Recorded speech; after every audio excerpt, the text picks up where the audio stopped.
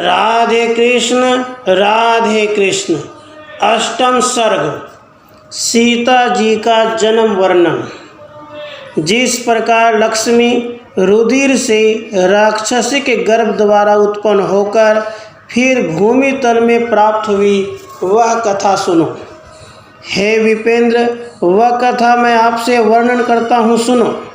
जिस समय दशमुख रावण ने तप करने की इच्छा की कि मैं त्रिलोकी का अधिपति अजर और अमर हो जाऊं, तब बहुत वर्षों तक तप करके प्रकाशमान अग्नि के समान प्रज्वलित हो उठा।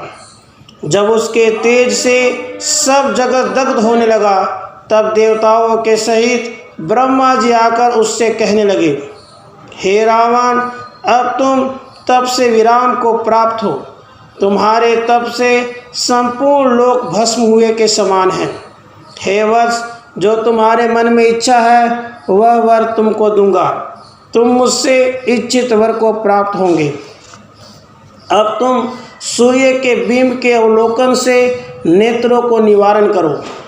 तब ब्रह्मा जी को प्रणाम कर रावण वर मांगने लगा। हे प्रभु, यदि वरदान देते हो तो मुझे सबसे अमर कर दीजिए। यह वचन सुनकर ब्रह्मा जी फिर रावण से बोले, कोई सबसे अमर नहीं हो सकता, तुम दूसरा वर मांगो।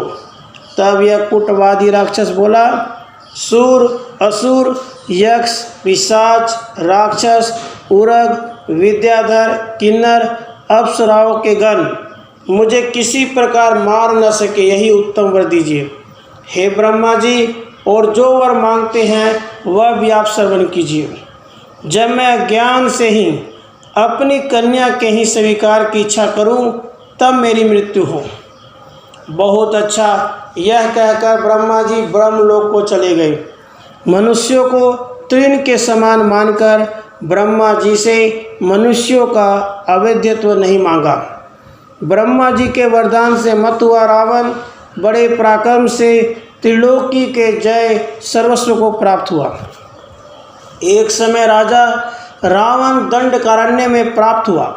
वहाँ के अग्नि के समान कांतिमान ऋषियों को देखकर विचार करने लगा, बिना इनके जीते कैसे मैं त्रिलोकी का जीतने वाला हो सकता हूँ, और इन महात्माओं के मारने से भी मैं मंगल नहीं देखता हूँ।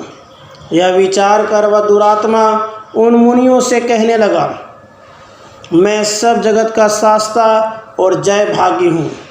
हे द्विश्रेष्ठ, आपके जय करने की इच्छा करता हूँ। हे श्रेष्ठ ब्राह्मणों, मुझे जय दो। यह कह बाण के अग्रभाग को चुभाए उनके शरीर से रुधिर बलपूर्वक निकालकर एक कलश में स्थापन करता हुआ, उनमें एक कृतमद ब्राह्मण स्वपुत्र का पिता था। उसने भार्या सहित भगवान से एक कन्या की प्रार्थना की थी, लक्ष्मी मेरी कन्या हो जाए। इस प्रकार वह कलशे में कुशाग्र भाग से दुग्ध की स्थिति करता हुआ और कलशे में दूध रहकर वह वन को चला गया।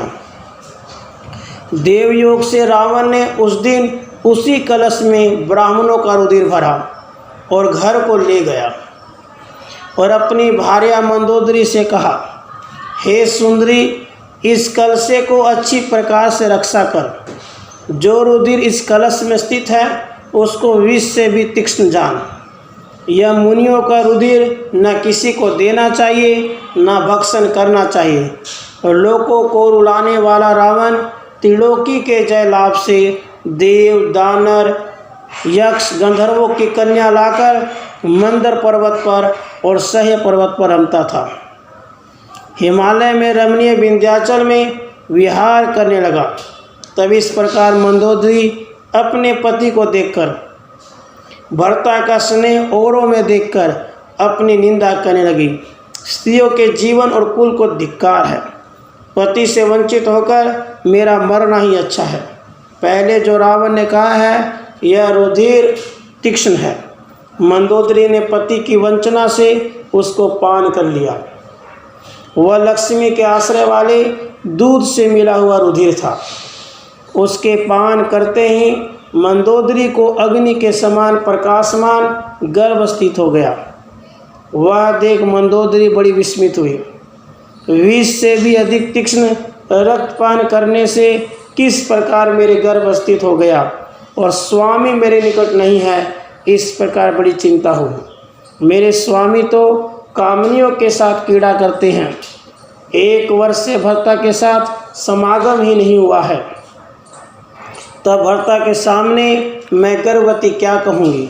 यह चिंता कर वह तीर्थ सेवा के बहाने से विमान पर चढ़ कुरुक्षेत्र को गई। वहाँ गर्भपात कर पृथ्वी में गाड़ दिया। सरस्वती जल में स्नान कर फिर अपने घर चली आई। यह कार्य किसी से भी नहीं कहा।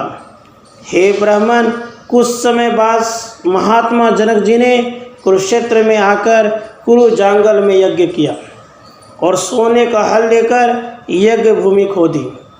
उस पृथ्वी के खोदते समय एक कन्या प्रकट हुई। उस समय कन्या के ऊपर फूलों की वर्षा हुई। यह आश्चर्य देख राजा को बड़ा विस्मय हुआ और कर्तव्यहीन हो गए।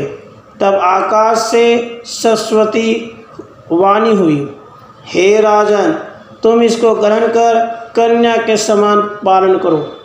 इस अग्नि के समान कांतिमती का तुम्हारे स्थान में बड़ा कार्य होगा। हे महाभाग, इसके द्वारा जगत का महामंगल होगा।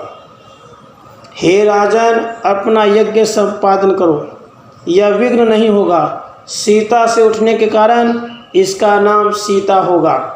इसे अपनी कन्या मानो। यह कह वाणी तिरोहित हुई। यह सुन प्रसन्न हो राजा ने महाधनयुक्त यज्ञ संपादन किया और सीता को लेकर महर्षियों को दिया। यह आपसे जानकी के जन्म का कारण कहा। इसके सुनने से मनुष्य सब पापों से छूट जाता है। जानकी के जन्म की कथा सुनने से फिर जन्म में संसार में जन्म नहीं होता है। प्राणी पुण्यवान होता है, लक्ष्मी उसके घर से नहीं जाती तथा वह सब पापों से छूट जाता है। राधे कृष्ण, राधे कृष्ण।